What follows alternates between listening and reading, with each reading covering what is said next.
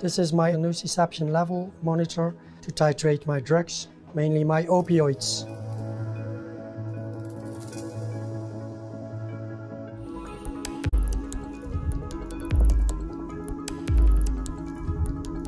You just put them on like this.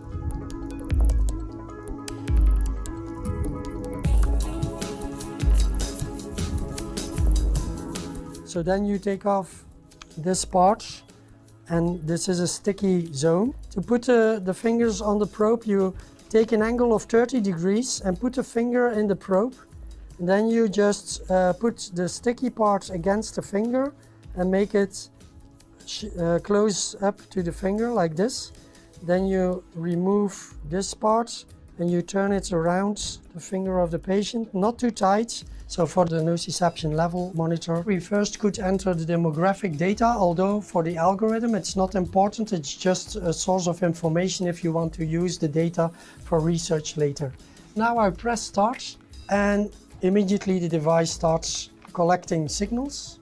We have 4 signals on screen, the plethysmogram, and there's a skin conductancy, temperature wave and a movement wave. And the system is now calibrating, and we'll start with the first number. In the awake condition, this number is not very informative for me. I wait for using this device after the induction.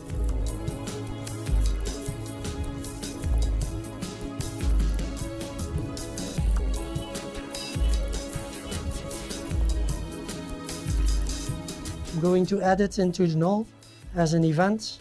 It's a medication, and we start some rocuronium. Also I will add as an event, as a stimulus. We now have some chin lift, and we have some positive mask ventilation that has started. It's a nasal intubation we need to do here, so my colleague will do laryngoscopy. I will go to a remifentanil concentration of 5 because there's quite a high response on the null and there's no response on the heart rate and the blood pressure. It's important to note that the heart rate and the blood pressure did not change.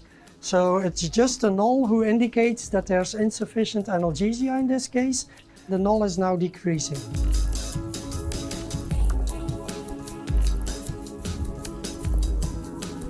Now I'm going to adjust my maintenance levels because we now have new information. There's not much stimulation going on and we see a low BIS value. I'm going to first decrease my propofol because I think the BIS value is much lower than I expected. So I'm now going to change my concentrations with steps of 0.5 microgram per milliliter. And then I wait until my trend indicates that we have reached the new equilibrium.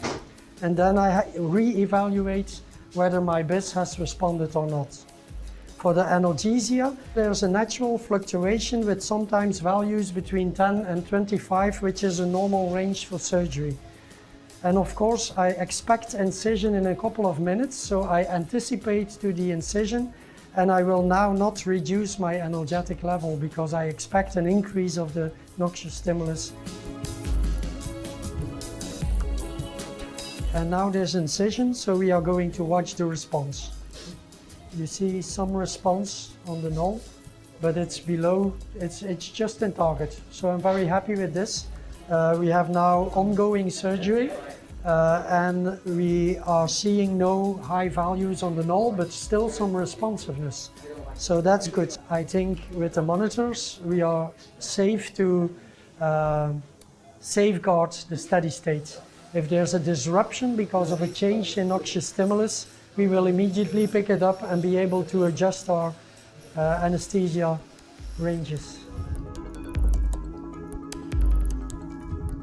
The null monitor indicates for quite a long time that there's an excessive analgetic effect. So I'm going to decrease my remifentanil now.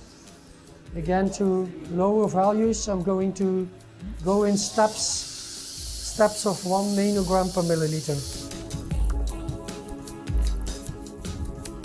I already start anticipating to decrease my concentrations, and the monitor, both the BIS and the null, are safeguarding the patient's condition. So if they suddenly start to increase, I know I have to stop my decreasing maneuvers and I have to, and then I'm just at the edge of waking up the patient. So these are strategies that we can use to optimize the recovery. We are waiting for the remifentanil to decrease, and we are waiting for the CO2 of the patient to increase. And this balance will eventually lead to starting to breathe. Oh, there's now spontaneous respiration. It's now starting. So I think now is a good time to extubate the patient because there is some responsiveness on the bits. The patient is still a bit sleepy and in a sedated state, but there's some response to name calling. You see the smoothness of the extubation. Patient doesn't cough. There's no really stress at this time.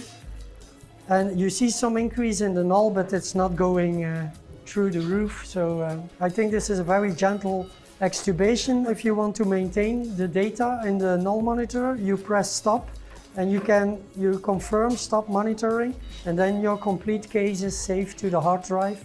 And you can find your case back in the export function. You will find a date and an hour where you can, through a USB port, you can regenerate all the data.